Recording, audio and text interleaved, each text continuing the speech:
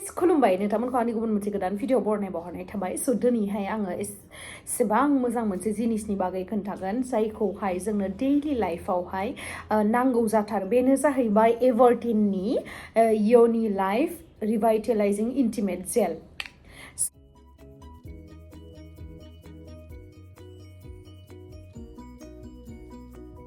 नोंथांमोनाथ' मिथिखायो जोंनि इन्टिमेट एरियाया बिराद सेन्सिटिभ जायो बेनि थाखायनो जोङो इन्टिमेट एरियाखौहाय क्लिन खालामनानै लाखिनाया जोबोरैनो गोनांथार आरो लोगोसे बेखौ क्लिन खालामनायाव साफा खालामनायाव जों मा प्रडाक्ट्सखौ इउज खालामदों बेखौबो जोङो एसे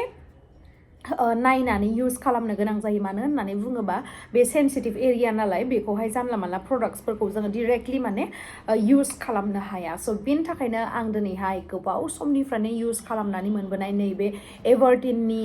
यनिलाइफ रिभाइटेलाइजिं इन्टिमेट जेलखौहाय इउज खालामनानै गोबां मोजां मोनदों बेनि थाखायनो सानबाय मा आं नोंथांमोनजोंबो दिनैहाय शेयार खालामनो स' बेखौहाय जोङो डेइलि खेबनै इउज खालामनांगौ माबोरै इउज खालामनांगौ बेयावहाय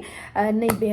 पाम्प दंखायो आरोना स' बेखौहाय 2-3 ग्राम दिहुननानै लाबाय दिहुननानैहाय जोंनि इन्टिमेट एरियायावहाय जोङो बेखौहाय मासाज खालामनांगौ ओमफ्राय दसे टाइम खालामनांगौ आरोना एबजर्ब जाजासिम ओमफ्राय बेनि उनावहाय बेखौहाय वाश खालामनांगौ स' बिराद मोजां मोनसे जिनिस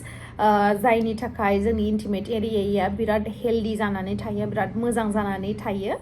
आरो मोनसे इम्परटेन्ट खोथा बेखौ इउज खालामनायनि सिगां जोंनि आखाइखौ बिराद क्लिन खालामनानै लानांगौ साफा खालामनानै लानांगौ ओमफ्राय बेनि उनावहाय जोंनि बे फिंगार टिपजोंहाय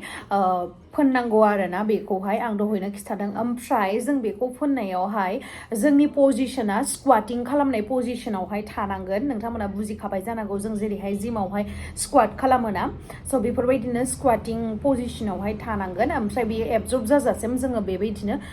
स्क्वाटिं पजिशनावहाय थानांगौ स' गाइस बे एभारटिननि यनिलाइफ रिभाइटेलाइजिं इन्टिमेट जेला 100% नेचारेल आरो लोगोसे प्लान्ट बेस्ड इनग्रेडियेन्ट्सफोरजोंहाय बानायजानाय बेयो मोनसे फेमिनाइन इन्टिमेट जेल डेइलि इउजआवहाय खेबनै इउज खालामोबा मासाज खालामोबा पिएच बेलेन्स जेला जोंखौहाय जोंनि इन्टिमेट एरियाखौहाय इचिं बा इरिटेसन बा माखासे गाज्रि मोनामनायनिफ्राय बेखौहाय बारग'होयो आरो लोगोसे जोंथ' साखोन सिखोनै दोनखानांगौ होननानै दहायनो बुंखादों आङो इन्टिमेट एरियाखौहाय स' जोङो बे यनिलाइफ रिभाइटेलाइजिं इन्टिमेट जेलजोंहाय जुदि जोङो सानसेयावहाय खेबनै खरि क्लिन खालामोबा अब्लाना जोङो माखासे इनफेक्सननिफ्राय बारग'नो हागोन स' गाइस बे यनिलाइफ रिभाइटेलाइजिं इन्टिमेट जेला रेस्टरिं खालामो इलास्टिसिटिखौहाय आफ्टार प्रेगनेन्सियावहाय बियो बिराद हेल्प खालामो आरो लोगोसे ड्राइनेस बा इरिटेसन जाहोआ आरो इनफेक्सनबो जाहोखाया बिराद मोनसे हेल्दि